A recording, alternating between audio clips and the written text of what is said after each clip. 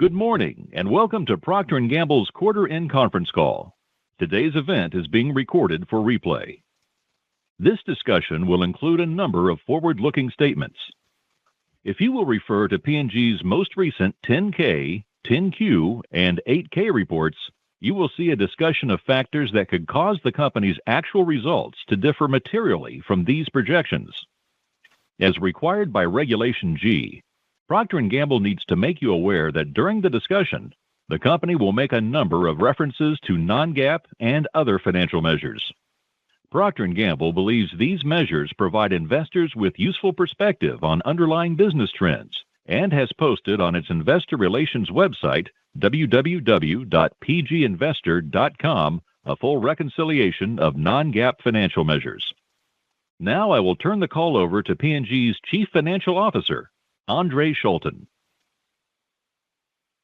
Good morning, everyone. Joining me on the call today is Shailesh Jejurikar, Chief Executive Officer, and John Chevalier, Senior Vice President, Investor Relations. I will start with an overview of results for the second quarter of fiscal 26, and Shailesh will discuss strategy, innovation, and focus areas as we start calendar year 2026. I'll close with guidance for fiscal 26, and then we'll take your questions. As we expected, second quarter top-line results heavily reflect underlying market trends and impacts from base period dynamics. As a reminder, the base period included trade and consumer pantry loading driven by port strikes and hurricanes in early October and the fear of additional port strikes in late December. The biggest impacts were on the baby, feminine, and family care sector and the fabric and home care sector. These base period impacts were concentrated in the U.S. market. The balance of the company grew organic sales nearly 3%, with almost all regions outside the U.S. growing or accelerating in the quarter. Bottom line results followed the top line as we continue to prioritize full investment in the business. We anticipated this would be the softest quarter of the fiscal year, and we remain confident in stronger growth in the back half. So moving to the details, organic sales were in line with prior year. Volume was down 1 point, pricing up 1 point, and mix was flat for the quarter. 7 of 10 product categories held or grew organic sales. Hair care grew mid-single digits.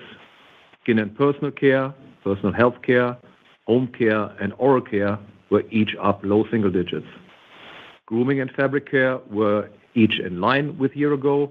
Baby care and feminine care were each down low singles, and family care was down approximately 10%, primarily due to the base period dynamics we described. As a side note, organic sales excluding family care were up 1% for the quarter. 7 of 10 regions grew organic sales. Focus markets were down 1%.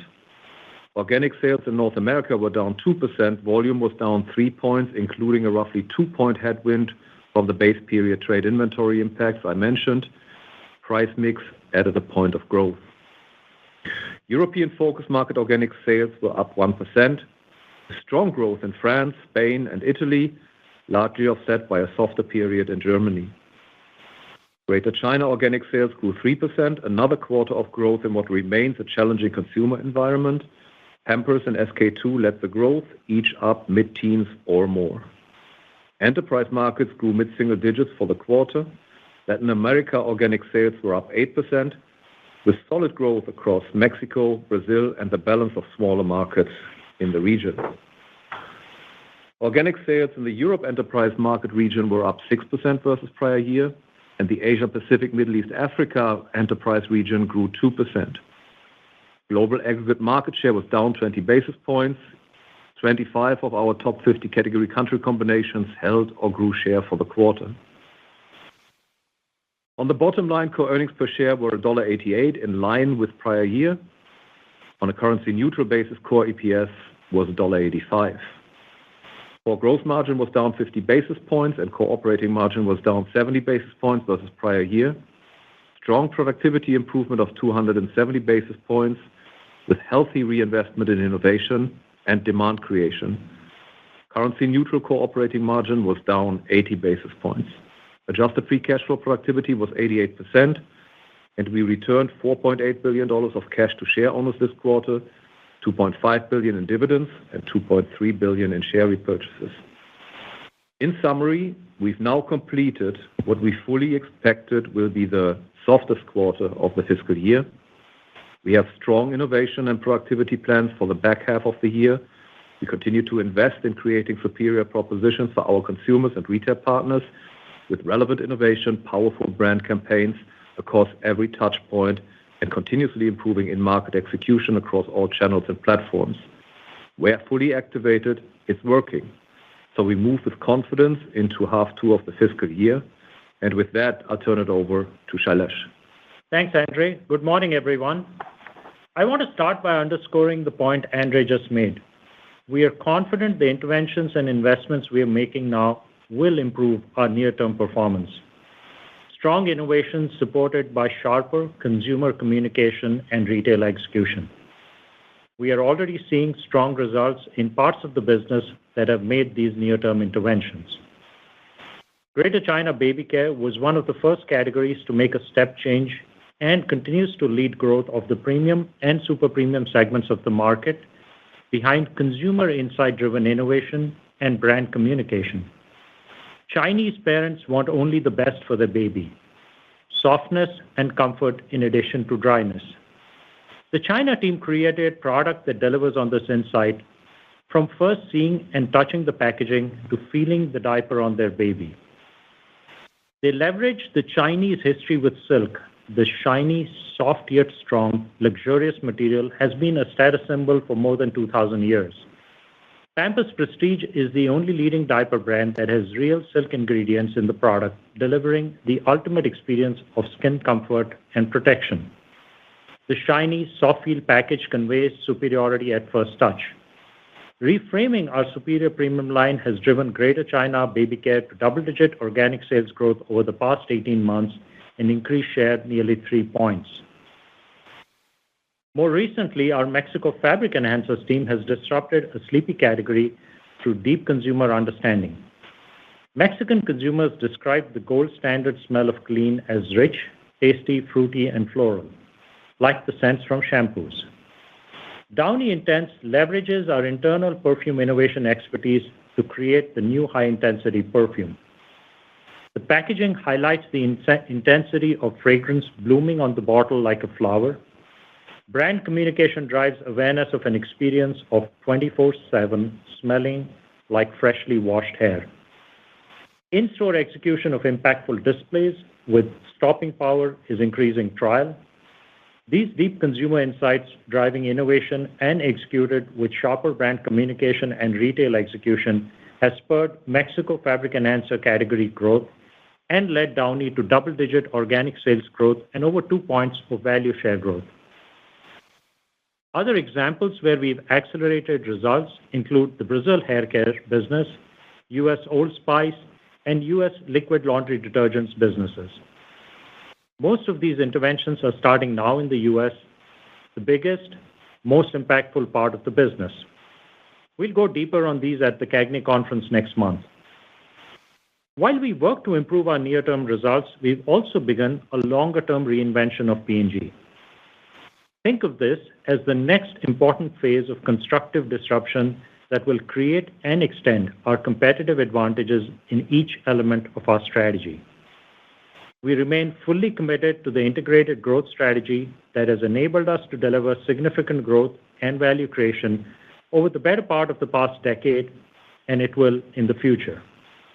A portfolio of daily use products in categories where performance drives brand choice. In these categories, P&G is uniquely positioned to deliver irresistible superiority across product, package, communication, retail execution, and value. We will do this to drive market growth and create value for P&G and our retail partners. We will double down on productivity with multi-year visibility to fund capabilities, innovation, and demand creation, and to mitigate cost headwinds while delivering financial results at the levels you and we expect. Constructive disruption to stay ahead of and to create emerging trends and opportunities in our fast-changing industry. We will disrupt ourselves. At the core of it all is our organization, fully engaged, enabled, and excited to serve consumers and win in the marketplace.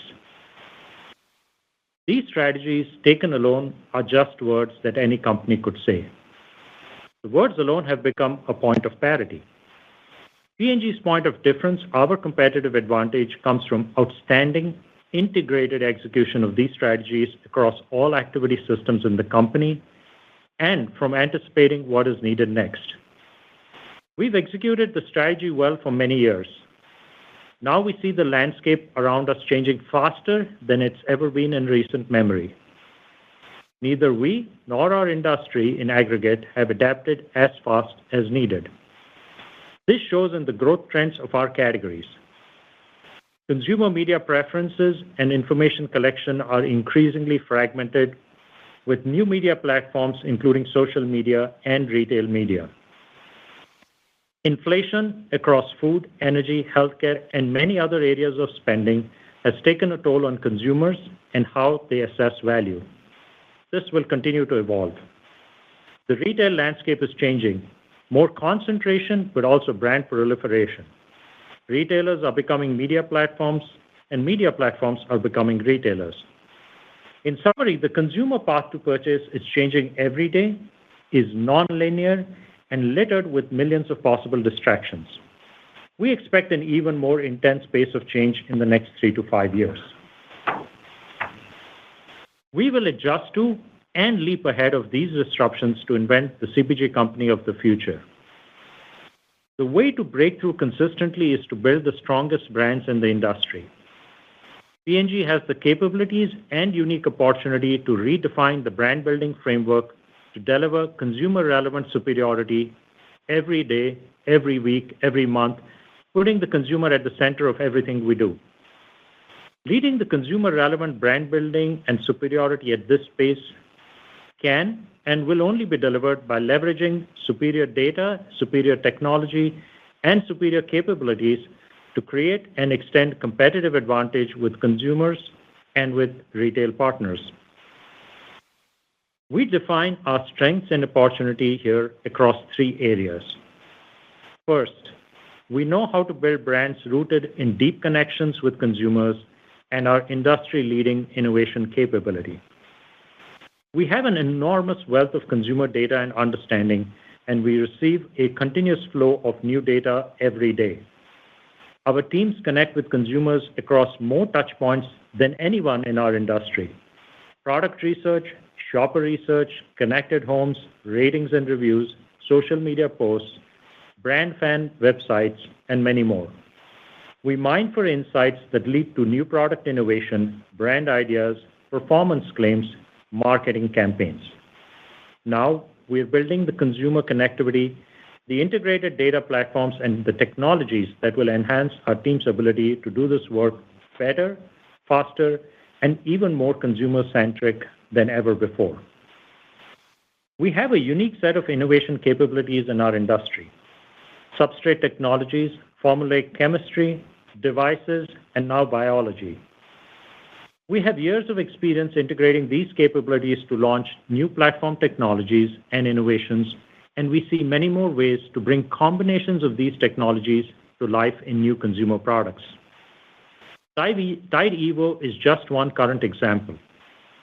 Technologies like AI-enabled molecular discovery will enable faster and more powerful integration of innovation capabilities for faster growth.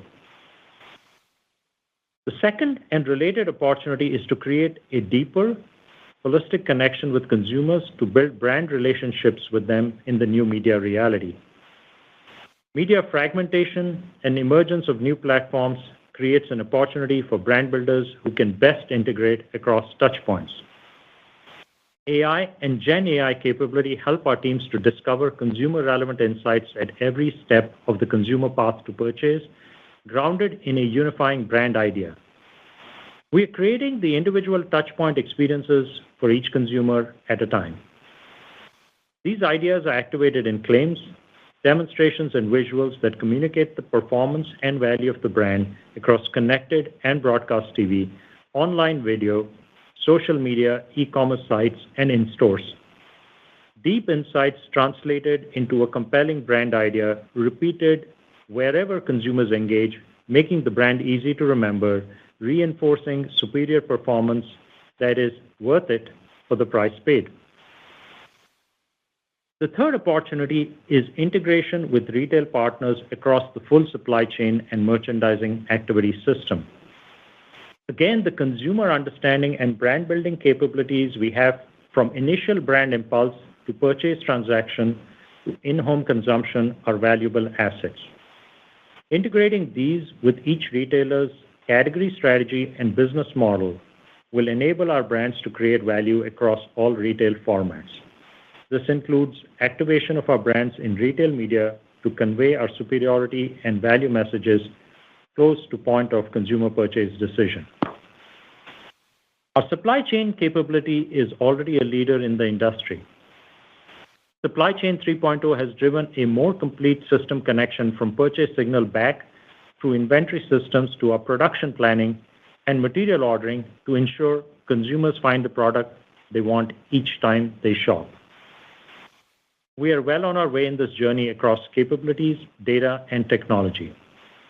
We are freeing up capacity and capabilities with the organization redesign we announced as part of the restructuring in June. We have built a structured data lake stocked with petabytes of relevant data. We have built data platforms, AI capabilities, programmatic shelf tools, and media creation and evaluation systems. We have supply chain platforms that can run autonomously, reacting to retail demand signals, consumer innovation needs, or productivity opportunities faster than ever before. The next step is to connect the dots, to integrate the pieces from identifying consumer friction point to product idea, to product design, to supply, to creative concept, to purchase transaction, to usage in home, to post-use evaluation. We will close the loop, and we believe this will create a different S-curve for our future growth and value creation centered around our consumer. We're doing many things right in how we are innovating, operating, and building brands today, and I'm confident in the near-term progress we are seeing. We know the opportunities ahead of us are even bigger, and we will capture them with conviction and discipline.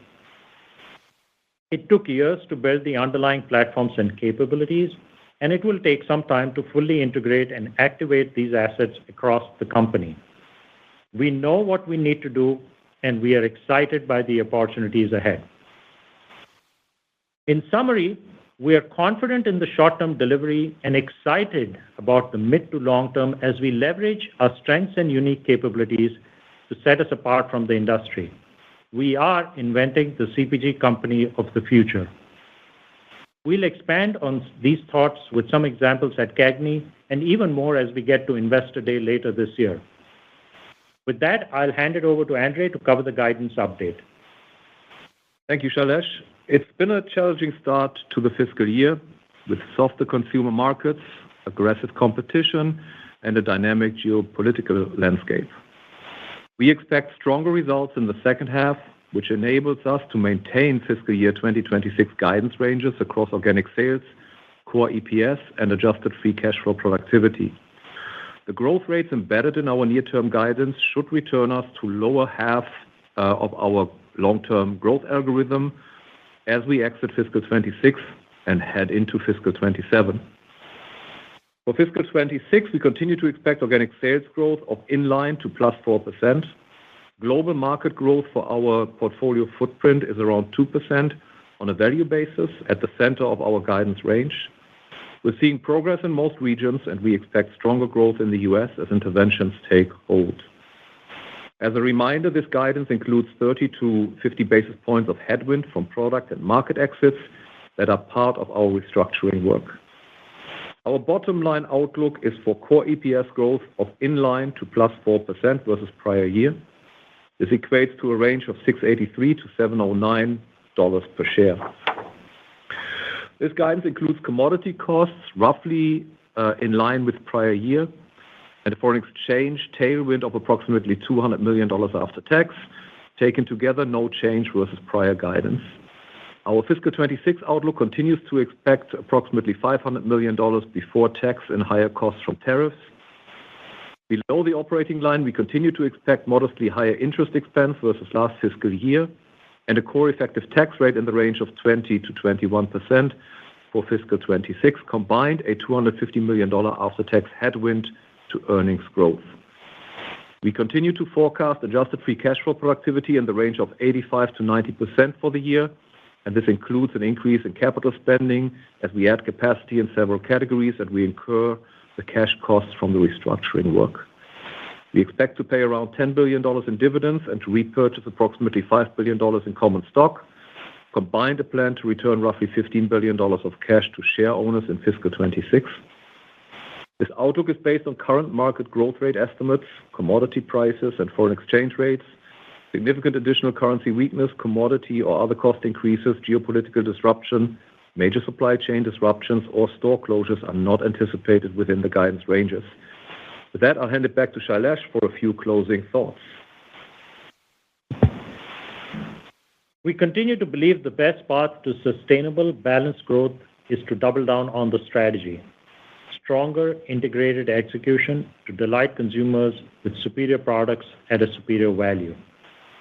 Challenging markets like the ones we compete in today are an opportunity for P&G to step out from the pack and lead. We're focused on leveraging the industry's best insights, assets, capabilities, and people to return to the levels of growth and market leadership that we and you expect. With that, we'll be happy to take your questions. If you have a question, please press star followed by 1 on your phone. If your question has been answered or you would like to withdraw your question, press star followed by 2. Your first question comes from the line of Lauren Lieberman of Barclays. Please go ahead. Great. Thanks so much. Good morning. So two kind of clear themes in the remarks that I wanted to ask about. So Andre, first, kind of what gives you confidence in the near-term acceleration that you mentioned a couple times? And to what degree is that about kind of comparisons and base period dynamics versus real fundamental improvement and acceleration? And then Shailesh, I know we'll get a lot more from you at CAGNY, but what gets you excited about this longer-term, quote, reinvention of P&G? It was a notable choice of words in the press release and then also in the prepared remarks. Thanks. Good morning, Lauren. Thanks for the questions. So let me start with half two acceleration. I think the first positive element of quarter two results is the strength of the business outside of the U.S. If you look at Latin America, 8% growth, Europe in aggregate growing 3%, China growing 3% on top of 5% growth last quarter. Asia, Middle East, Africa is up 2%, and if you exclude the restructuring exits, it would be up 4%. So there's real underlying acceleration in the business outside of the U.S. And that is grounded in interventions that we've made in terms of innovation, in terms of commercial strategies, and in terms of doubling down on the precision and quality of execution in those markets, with Latin America really being ahead of the game here. And that's proof for us that the core strategies we're implementing, I think, are showing the results that we want to see. The U.S. Underlying results, we believe, will improve because we don't have the base period headwinds that we saw in quarter two. So as you point out, I think that's part of the acceleration we expect in half two versus quarter two, not having inventory headwinds to the degree that we saw in quarter two. But the main element here, I think, is the fundamental execution of the same interventions we made outside of the U.S. earlier. If you recall, the U.S. slowdown was really a little bit delayed versus the balance of the markets. So we started in the rest of the world earlier with the innovation, commercial interventions, and execution. But that same playbook is being executed in the U.S.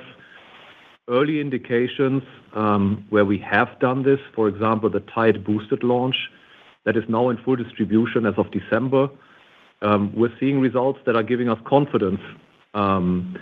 The innovation we're launching on Olay just now on the jars with a new campaign and the launch of treatments at the same time with a new architecture gives us confidence. The innovation we have on baby care, first wave executed now, second wave coming later, Tide Evo coming in the back half of the year. So there's a wealth of innovation we're launching. We've clearly identified with our North America leadership the opportunity in sharper execution across all retail channels, and the team is committed and is turning that into execution changes. And then the simple opportunity to leverage the strength of our brands by staying fully invested across the second half in media with even better execution. So all of those elements that we executed outside the U.S. that are showing progress, we feel will work in the U.S. And if we don't see any one-timers anymore in terms of base period headwinds, that will translate into stronger growth. And our objective clearly is to leave the year with share growth in the U.S. I'll let you take the second part. Yeah, I will. Thanks, Lauren. So first, what excites me is plenty of growth opportunities. We see that everywhere, but it's not going to happen on its own. It will require us to create our own tailwinds, be it playing in a growth segment and driving it like personal care, or playing in a segment which wasn't growing like pest with Zevo, and then having that category grow high singles. So we see growth, or you take China baby care, another example, where you take and put the odds of growth with the lowest birth rates and all of that, and we find a way to grow there. So that's one thing that excites me. The second one is a unique once-in-a-generation opportunity to leverage the shifts in the landscape and our unique strengths and capabilities to set ourselves apart. The media landscape is changing. The retailer landscape is changing. There is tremendous amount of technology, both from a point of what is applicable using AI, enabling a lot of other things, but even fundamentally our own product and packaging technologies. And then consumer preference and demographics, which are evolving. Then you take those and take our strengths and capabilities, brands with large consumer base. If you have a large user base and you're really delivering amazing products, you probably have the biggest fan club already right off the bat. Consumer understanding and consumer data, we have so much data that we have put in. We can get an answer even before getting started. And that flow just continues, and we are further strengthening that. Take the media spend leverage and take the different places we could be using it. That is another huge opportunity. Our R&D spending and capability across multiple areas of technology, from formulaic chemistry, substrates, devices, biology, that just enables us to innovate much more broadly. If you take the China baby care, it's one thing to get the insight, another thing to find a way to put silk in the product, another thing to be able to communicate it to consumer, bring it into packaging, bring it to life with user-generated content. So it's the ability to bring all of that together. And the technology platforms and applications we've been building, and Andre talked a bit about this, I would say we have been building a lot, and I would say the future is here. It's just a little uneven. So our job is to integrate and bring it all together. Your next question will come from the line of Steve Powers with Deutsche Bank. Please go ahead. Great. Thank you very much, and good morning.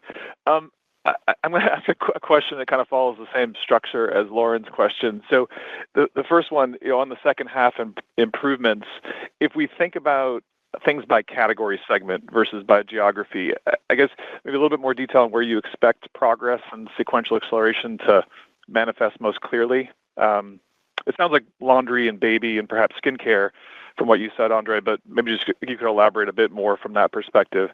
And then Shailesh, as you think about all those different pieces of operational enhancement and reinvention initiatives, how do you think about the path and timeline from here for the company to put all of them together and create those own tailwinds and win in the marketplace, across the portfolio with consistency? How long does that take in your mind?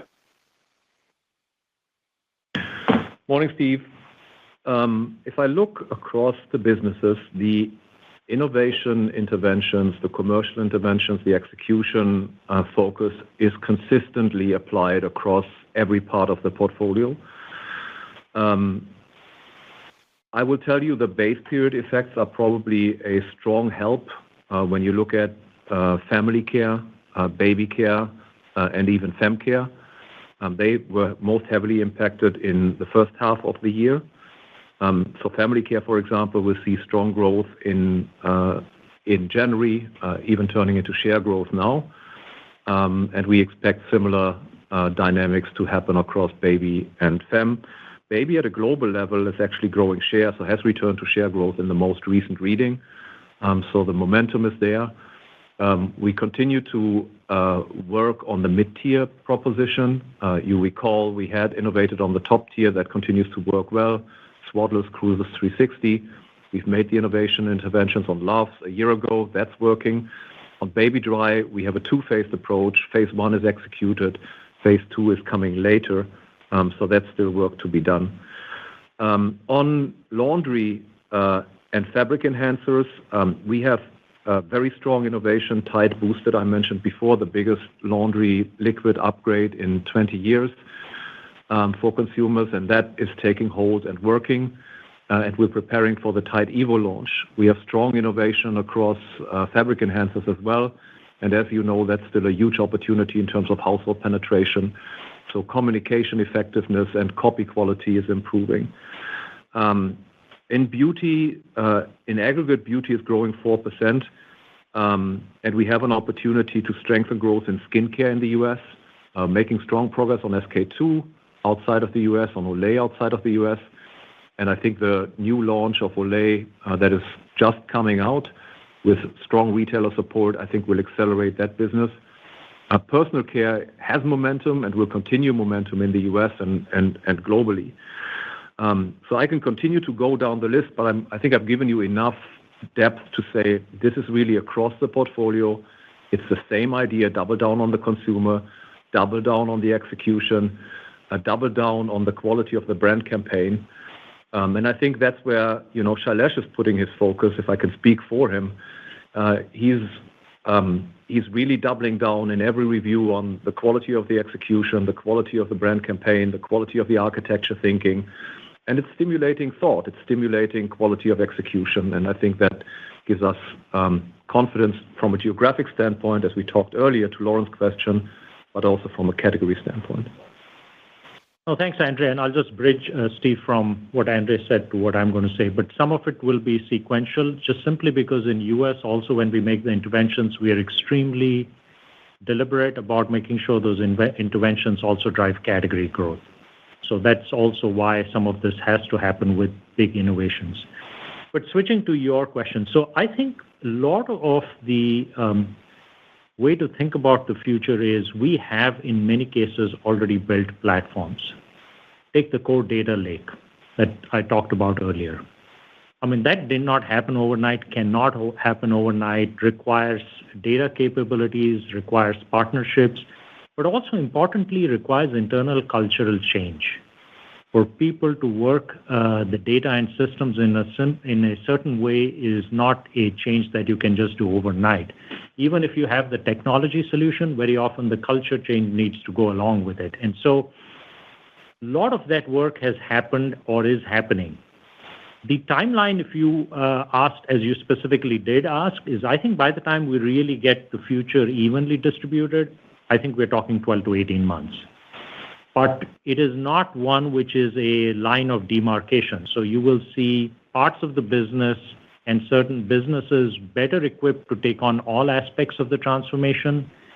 So some businesses may be ahead of others, some regions may get ahead of others. But the simple answer to your question is really, I think to get the future evenly distributed will be 12 to 18 months. The next question will come from the line of Chris Carey with Wells Fargo. Please go ahead. Hi, everyone. I wanted to ask about investment levels. P&G has recently announced a restructuring program, and you're going through some initiatives today, new media platforms, supply chain integration with an evolving retail landscape. Obviously, there's an expectation for improvement in sales growth, rebalancing of this, I guess, top line and move toward algorithm over time. Can you give us a sense of, the sort of cost of this progress, I suppose, and kind of the balance between the restructuring and some of the savings that's going to allow for you relative to what you feel like is going to be needed, potentially, especially if you don't, see that acceleration that you're going to be looking for, in the coming months, if you really want to stimulate the top line for this business over the next 12 to 18 months. Thanks so much. Hey, Chris, let me take a crack at this. The first part of the answer is many of the investments have been made over the last decade. If you think about the amount of money it takes to build a consistent global ERP platform, the data lake, the data governance structure, data engineering, all of that has been done. So that was part of the results that we delivered over the past, I would say, 5 to 10 years. The investment to activate the technology, specifically around the innovation capabilities, the media capabilities, won't be significant. It's an investment in scaling, but the underlying technology, the underlying data, that heavy investment is already done. So in that sense, I don't expect major capital or expense investments. On the supply chain side, you see us build capacity, and as we build capacity, that capacity is built in a way that it leverages automation, digitization, both on the manufacturing side and on the warehouse side. So the elevated investment level in terms of capital is really related to building capacity in a different way, but not fundamentally more expensive. So I don't expect, again, on the capital side, a significant shift. The restructuring we have announced in June, the 2-year program, I think will take us through the majority of the org changes and portfolio changes that we need to make. From there on out, if this works the way we want to, it will basically allow us to grow without incremental investments in organization or people. So if you think about it, the objective is to grow productivity, sales per head, disproportionately once these capabilities are implemented. But we don't think it requires another wave of significant restructuring beyond what we typically have as part of our core earnings. So I wouldn't look at a cliff of investment that comes with this. The second part of your question on return to algorithm, I would say let us get through the next 2 quarters and focus on acceleration, and then we'll talk about where we see the next year and how close to algorithm we come once we have that reality under our belt.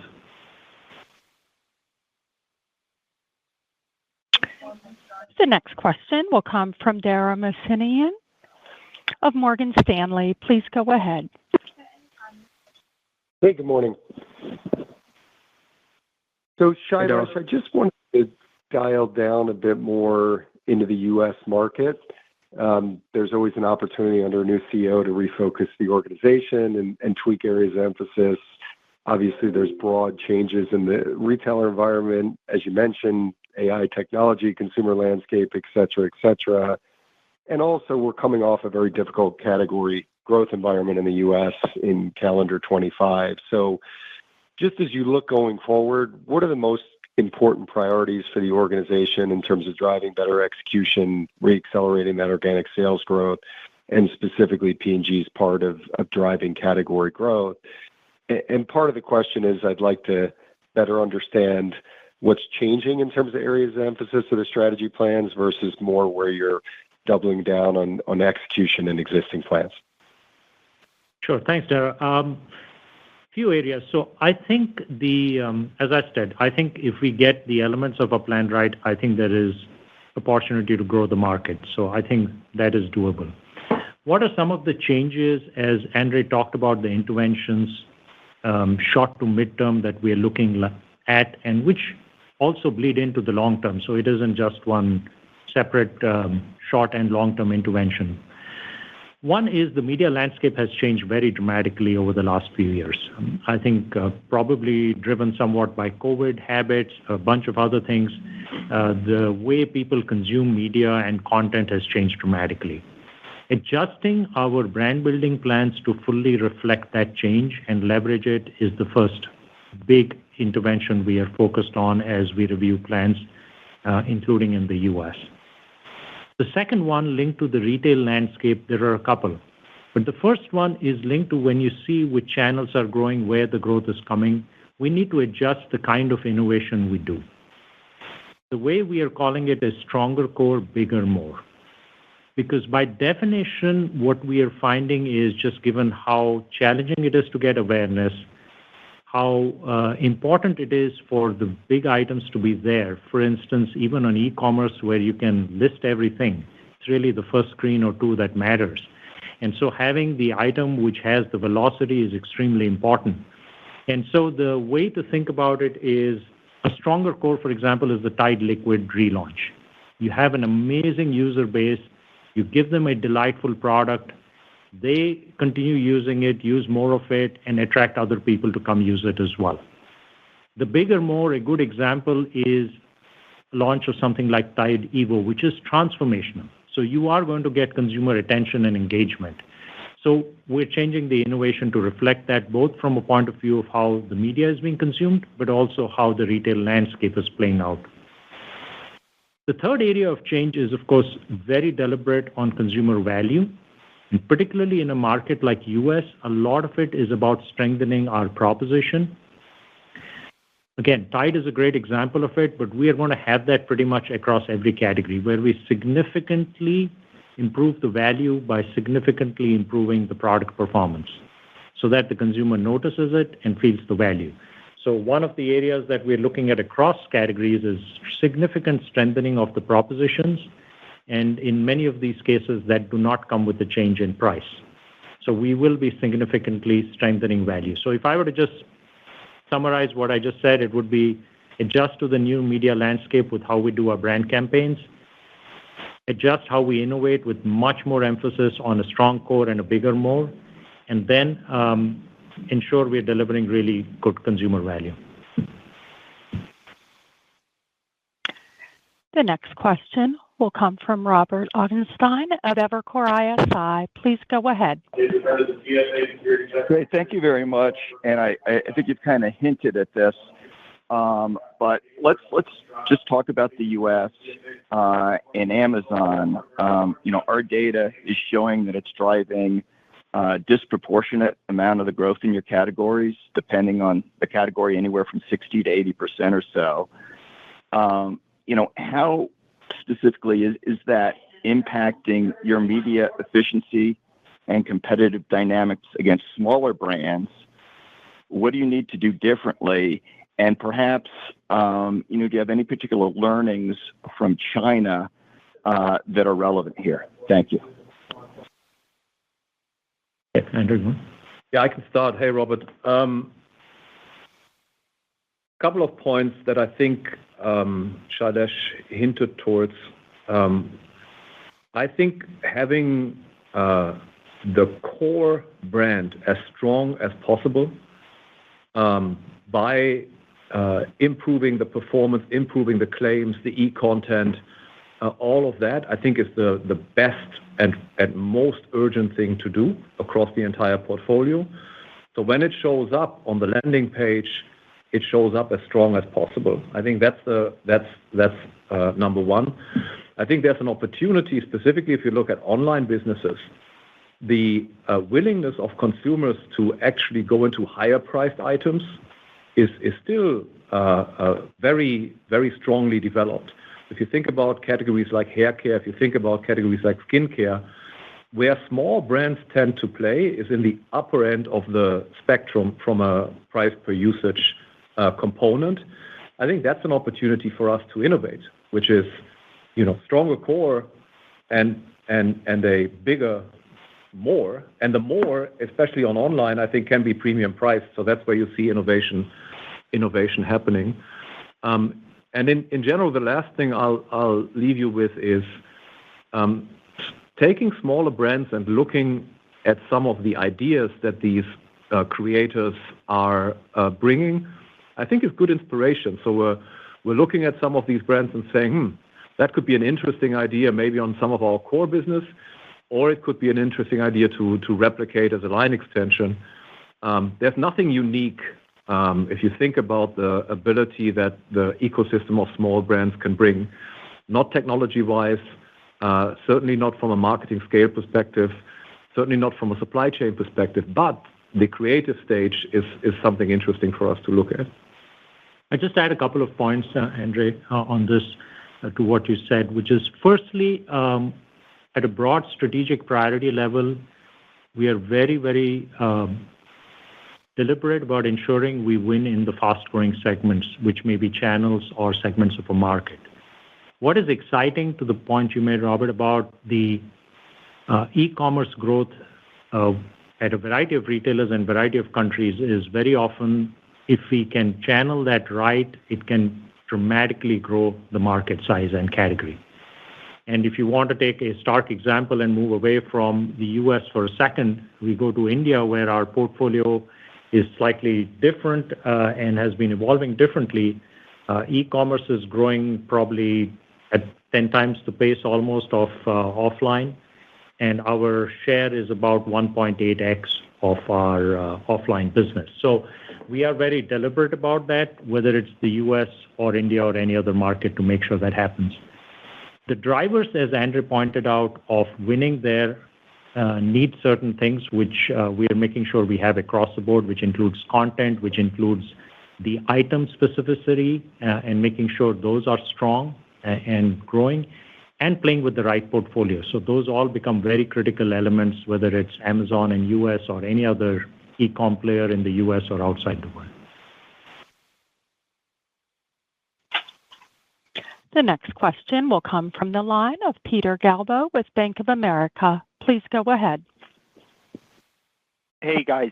Good morning. Thanks for taking the question. And I'm now happy to be contributing very much to the baby care comps in the Galbo household. So I wanted to ask just regarding, Andre, your comments around returning to kind of the lower half of algorithm in the back half on the near term. Maybe a bit of clarification there. I think at one point in the prepared remarks, you talked about your categories growing at maybe 2.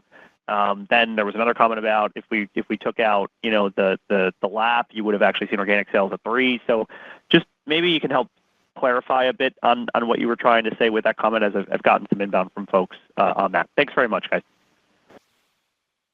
Hey, Peter. Glad to welcome you to the diapering household community. So if you look at our global categories, we see growth around 2% in terms of value. Enterprise markets are growing at about mid-single digits. China is still negative by about a point. Europe flat in volume, about 1% in value. And the most recent reading in the US, all outlet read, so our data, would indicate about 2%, 1 to 2% of value growth. If you look specifically at the O&D quarter, there might be a point of inventory within those numbers. So if you want to be optimistic, you could say the US structurally could be growing at 2 to 3 points, but we have to see where that goes. From our point of view, is the actual results, we've delivered 3% growth outside of the US. So that's roughly in line with market growth outside of the US. And we have delivered minus 2% in the US, which is below the market. And a good part of that is the inventory effects, but there is a component of reduced share. So I don't want to gloss over the fact that we have work to do to recover share. Partially, that's already in progress. I talked about family care. We're making progress on laundry, but the recovery in the second half will include both the base period effect moving out of the market and us recovering share. So our objective is really to leave the fiscal year with share momentum out in the US and at a global level.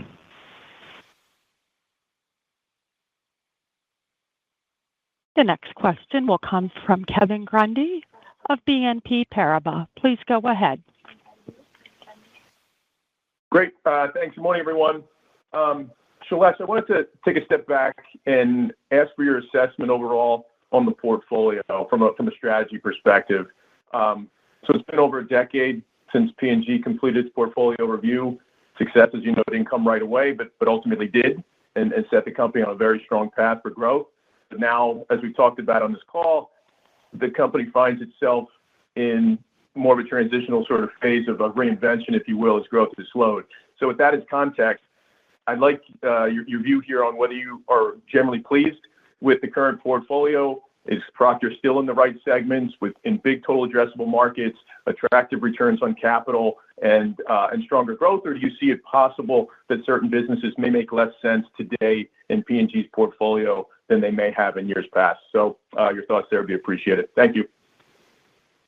Thanks, Evan. I'd split it into a few parts. So first is, I think we are clear that we play in daily use categories where performance matters. So I think we feel very good about that choice. We feel very good about that choice because it's extremely well integrated with the total strategy. That's where superiority becomes critical. The whole model works well when we are in categories where daily use categories where performance matters. So I think that is one part of it.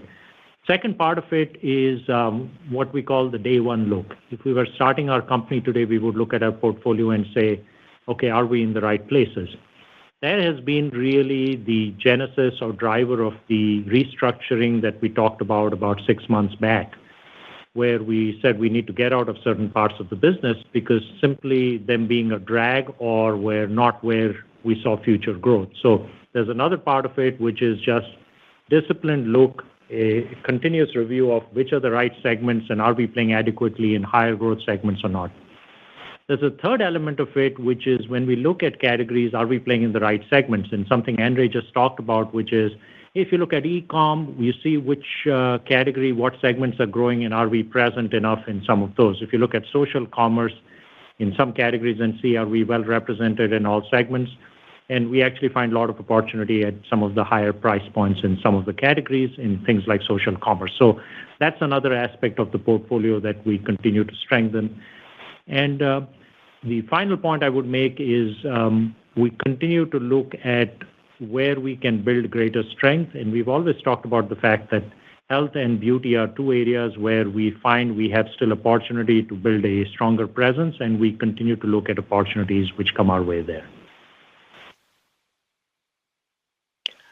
The next question will come from the line of Peter Grom with UBS. Please go ahead. Yeah, thank you, operator, and good morning, everyone. So I guess I just wanted to follow up on the U.S. And I guess you sound confident in your ability to see performance improve. But I guess I was trying to just pin down what you're expecting in terms of category growth for the back half of the year. And I wasn't sure in your response to Peter's question around 1% to 2% growth, whether that's kind of the right runway we should expect moving forward, or whether the guidance expects to get back to that 2% to 3%. So maybe if you could just elaborate on that, that would be helpful. And then I guess just related, at CAGNY last year, there's a lot of discussion around inventory destocking. So just any thoughts or comments on what investors should expect as we anniversary those impacts? Thanks. Hey, Peter. Yeah, thanks for the push on clarifying U.S. category growth. Our base expectation is 2% category growth in the back half. That's what we know, and that's what we're planning on. From an inventory standpoint, hard to predict. The only thing I'll leave you with is I would not expect any significant inventory built in the second half. That's not part of our plan. We expect some level of inventory efficiency to be driven across retailers like they always do. Some of our retail partners are finishing up supply chain interventions, and that will probably lead to some efficiency in terms of inventory levels. So I would tell you a slight headwind from inventory is probably adequate to assume on a market base that has about 2% of value growth. The next question will come from Filippo Falorni of Citi. Please go ahead. Hi, good morning, everyone. I wanted to shift maybe to margins. For the second half of the year, is it the right expectation to think that we should see an improving margin trajectory as well, considering the assumed improvement that you embedded in the U.S. market, which is your highest margin business, and given the commodity outlook looks a little bit more favorable in your guidance? And then below the gross margin line, Shailesh, you mentioned a lot about the interventions that you're planning, including the U.S. business. Can you help us quantify where the sizing of those interventions, where would they show up, whether it's with more advertising, more R&D, more promotional investment? Any help like sizing and quantifying those impacts will be helpful. Thank you. Good morning, Filippo. Let me start. At the risk of disappointing you, I will not give you margin guidance for the back half. I think the margin will be an outcome, and we will have to tactically maneuver to see where we want to invest for the strongest possible growth. We focus on top line, and we focus on EPS.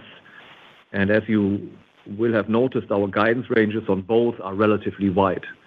And they are wide because the outcomes will vary. There's still a lot of variability. And the most important variability to the margin line will be our conviction and need to invest. And so it's hard for me to give you a good indication of where that's going to land because it's going to be entirely driven by our ability and conviction to continue to invest in the brands. Where that investment comes, I can start, Shailesh, and you jump in. I think it's mostly in the range of, again, the innovation we're launching. And Shailesh talked about improving value by driving significant performance improvements on the core propositions. That will be an investment we're making that's baked into our assumptions. And the second component is to communicate those investments effectively and consistently across the balance of the year. So the media side is an important part. I wouldn't expect a significant increase year over year, but consistent media spent across the second half. And the third one is trade-related spending to drive trial, create display visibility, secondary placement in store. Again, our path chosen is not heavy investment in promotion depth and price. We don't believe that's market constructive, but it will be to drive trial of those superior propositions. So that's the third bucket. So product, media and communication, and in-store visibility and trial. Yeah, I think you covered it. Only thing I would say is the ratios of that vary based on the category. Yeah. So the mix of which one needs a little more on product, which one needs a little more on advertising or visibility will vary. So that's the only point I would add to what you said, Andre. Our next question today will come from Bonnie Herzog of Goldman Sachs. Please go ahead. All right. Thank you. Good morning, everyone. I guess I had a question on your grooming segment. Organic sales were flat in the quarter, which was a pretty big deceleration versus last quarter with, volumes inflecting negative and then margins contracting nearly 300 basis points. So could you provide a little more color, I guess, on what drove the weakness on volumes? And if there are any other factors behind the margin contraction outside of volume deleverage? And then maybe lastly, how should we think about this segment for the second half in terms of, whether it's innovation and, whether the business can accelerate? Thank you. Good morning, Bonnie. I think you answered the first part of the question. I think the margin component and the bottom line component is an outcome of the top line. It's obviously a high margin business. And so as the volume slowing, that translates into the bottom line slowing, specifically since we don't curtail the investment in the business. Superiority investment across grooming is very important. The timing of the grooming business is heavily related to initiative timing. So year-over-year, the phasing of Braun initiatives, female grooming, and male grooming initiatives is a driver in the quarterly profile that you see. On the second half, like other business, we expect modest acceleration in grooming related mostly to the U.S. And I think the biggest opportunity for our grooming business is continued activation of the portfolio in the U.S. and quality of execution in U.S. stores, and that's what the team is entirely focused on. I'll just add maybe a couple of points, Bonnie, to that. One is we see within grooming a huge opportunity in continuing to drive Venus. That has upside in pretty much every region. In many regions, that's growing in the 10s and 20s% growth. So we see a lot of upside on the female grooming side. We see a lot more on appliances as well. And then we are working on innovation, which will have, which comes in calendar 26, which should further drive category growth. And probably the last point I would make is in U.S., we are also looking at changing the way our shelves are in many of the retailers and significantly improving how grooming comes across as a shopping experience. Our next question will come from the line of Kaumil Gajrawala of Jefferies. Please go ahead. Hey, guys. Good morning. If we could talk a bit about usage and volume, because there's so many puts and takes on your quarter, but to the extent that you're able to calculate what actual usage is in the households, has that sort of trended off as we got into the front half of this fiscal year? Or is it about the same and the rest sort of within it is just noise? I think, Kaumil, that is still a huge opportunity in our categories. Usage volume growth is slow, to honestly flat if you look at the front half of the year and even in the last quarter, both in the U.S. and in Europe. So re-accelerating household penetration, re-accelerating user growth is a big part of what we're focusing on. And if you think about it, a lot of the growth in the past few years has been price-driven, right, as we came through the inflationary cycle, the supply chain crisis in all of our categories. And so I think the opportunity for us now is exactly what Shailesh described. It is to improve the value proposition for consumers by diligently constructing propositions that have a perfectly matching performance profile, well communicated and executed without raising the price, so we can make the proposition attractive to more households, more consumers, more consistently. So the volume component will have to be a part of how we grow markets. As we talked about the second half, we believe this will take time. So we don't think this is an easy fix, nor will it come quickly. So our growth trajectory that I just highlighted, the 2% value growth in the U.S., which is the assumption for half two, largely assumes that the volume component remains slow. Just to add one point, reinforcing, Andre, what you said, but as we get on the journey of growth, I think user growth will be one which we place a lot of emphasis on. As Andre said, between user usage and price mix, I think the last 5 years probably had, due to inflation, a bigger component of price mix. We think the future is going to be a lot more about user growth as the foundation, and then that typically, when we get that, we also get the usage growth. The next question will come from the line of Andrea Teixeira with JP Morgan. Please go ahead. Thank you. Good morning, everyone. So I was hoping if you have a clarification on one question. On the clarification you just mentioned, Shailesh and Andrea, like you're assuming that your 2%, category growth, but are you thinking you can stabilize or even perhaps have share gains with the interventions you're making? And within that, are you still seeing some trade down within your brands from, let's say, pods to liquid, or if that has stabilized? And my real question is on the productivity reinvestment, as you had a very strong productivity in the quarter. So are you thinking of, like, as you go in terms of reinvestments and all the media initiatives, innovation you've made, and perhaps price pack architecture for affordability, should we expect that to be canceled out, or perhaps, as you see this environment and the opportunity to lean into more of a value proposition, how are you thinking of, like, the balance between top line and bottom line? Thanks, Andrea. From a share perspective, it certainly is our objective to leave the year with share growth, both in the U.S. and in the rest of the world. But we also acknowledge that is an outcome of how well we execute, the competitive environment, other factors in terms of geopolitical dimensions, consumer health.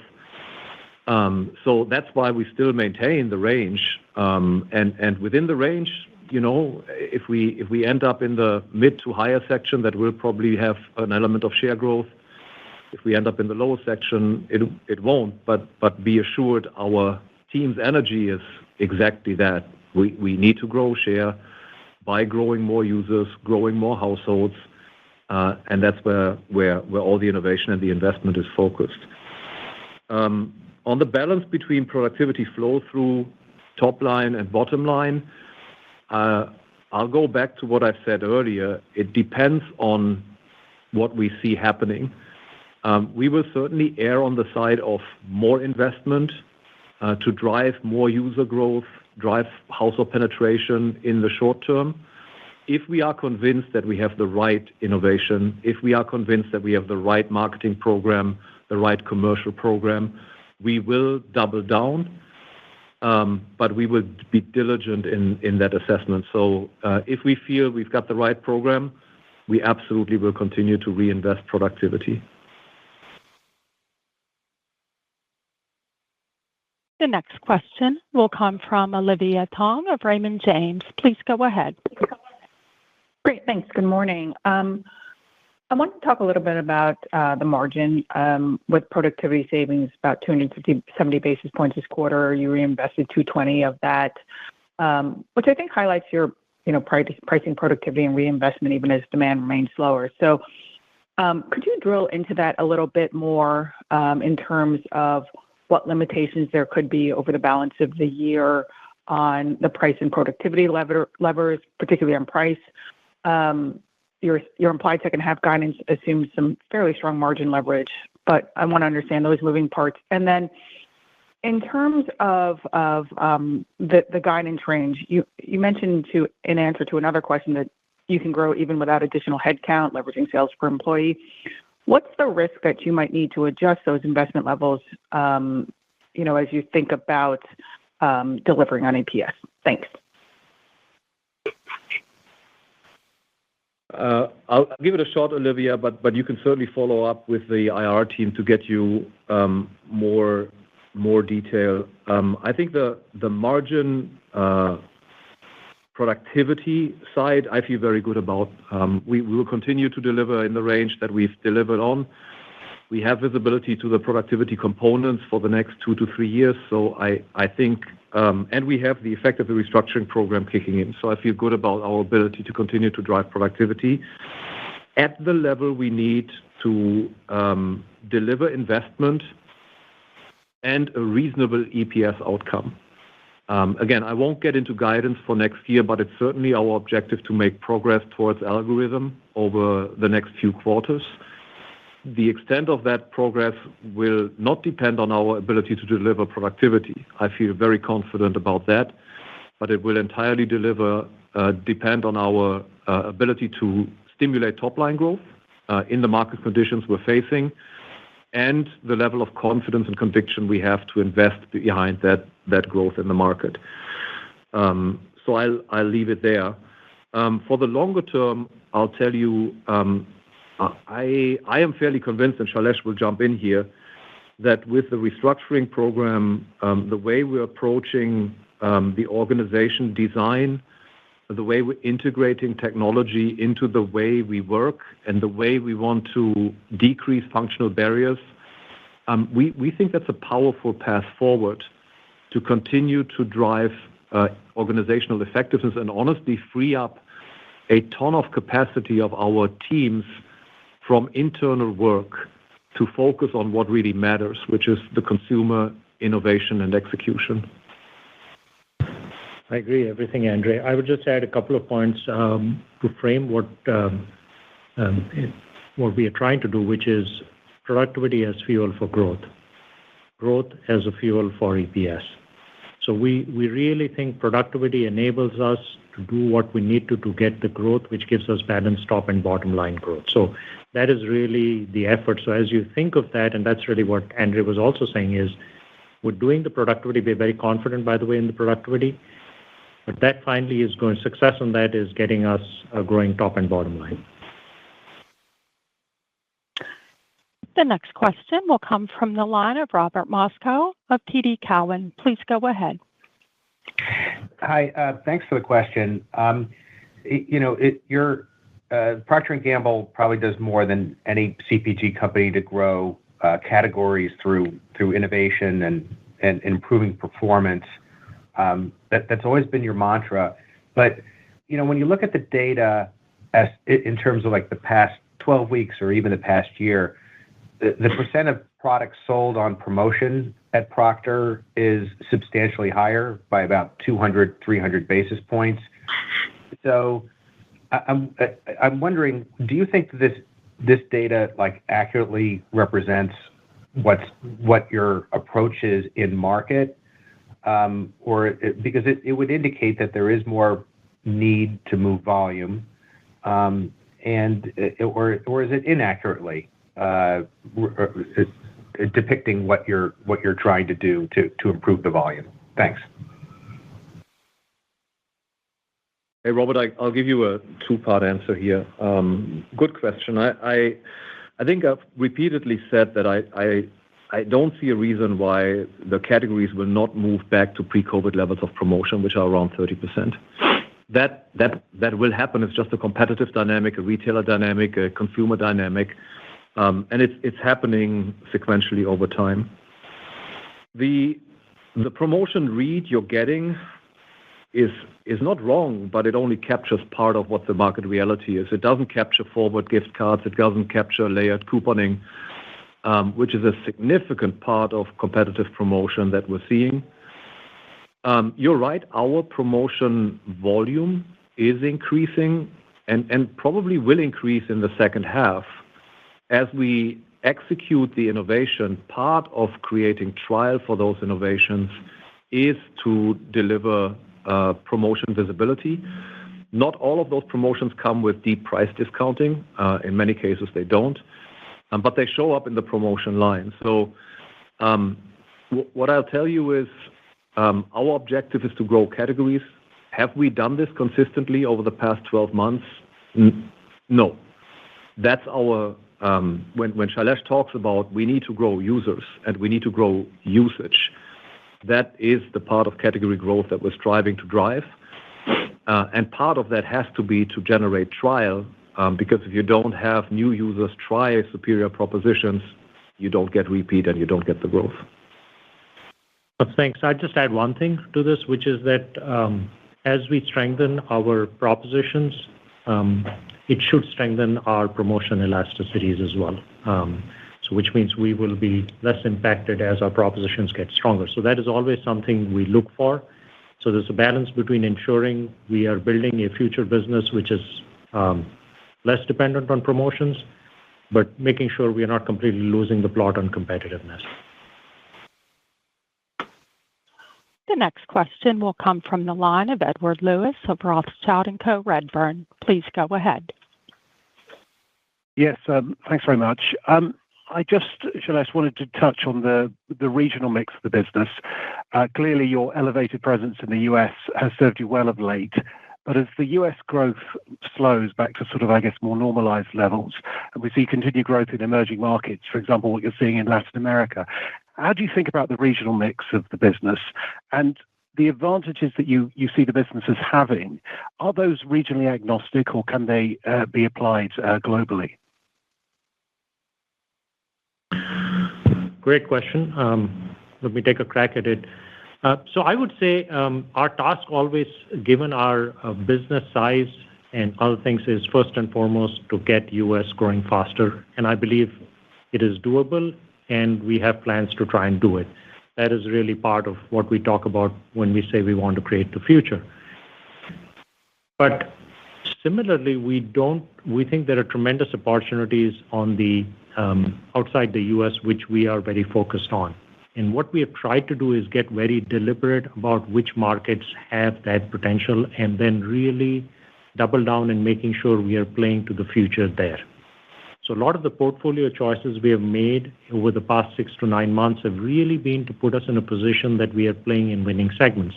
Even if I take Latin America, we made the choice to change our business model in Argentina. A large part of that enabled us to much better focus on Mexico and Brazil, and we changed the organization structure in the rest of Latin America, which then enabled us to get much more consumer focused.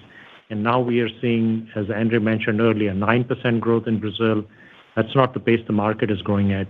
Double-digit in Mexico. That's definitely not the pace the market is growing at. So I talked about India a bit earlier in a different context, but again, playing to the future growth there, which is heavily e-com. I mean, having spent a lot of my life there, it's staggering to see the pace of change over the last 5 years in that space. So we're very deliberate on the big markets outside the U.S. on how we're going to get the growth. Of course, China still remains a big one, has a slightly different profile of where it is coming from, but still a lot of future opportunities. So we do believe many of these large markets, we are well positioned to play to where the future is going.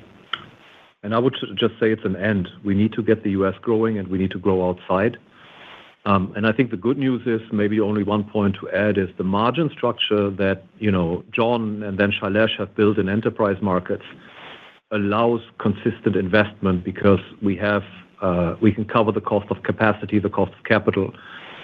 So it's not dilutive, it funds itself, and that's the core idea behind expansion and growth in enterprise markets.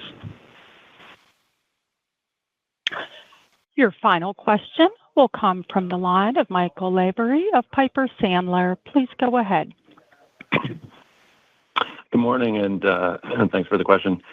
Just wanted to come back to some of the share opportunities and how to think about it relative to value for the consumer. You've talked about the importance of that, but also it sounds like no real price changes are under consideration. You've pointed out some of the premiumization. Some smaller brands are doing effectively and maybe delivering better benefits and value in that way. But you've also had, of course, some private label strength and share pressure. I guess, how do we reconcile all of it? And maybe is it as simple as just a waiting game for the consumer health to improve, or is there more to do to move the needle on how the consumer sees value other than just sort of trading them up? Yeah, great question. I would say it's not one thing, because a very critical part of our strategy of delivering value is also having a portfolio. So Luvs plays an important role in baby care in that sense.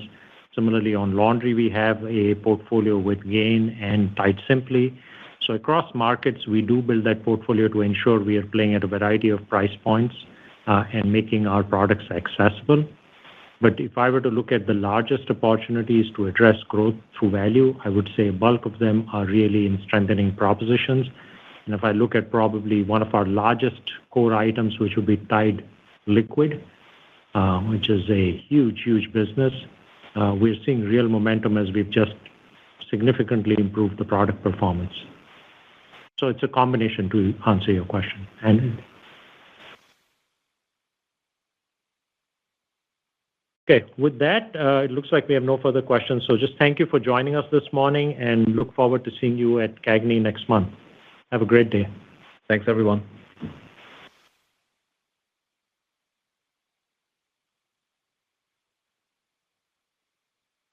That concludes today's conference. Thank you for your participation. You may now disconnect and have a great day.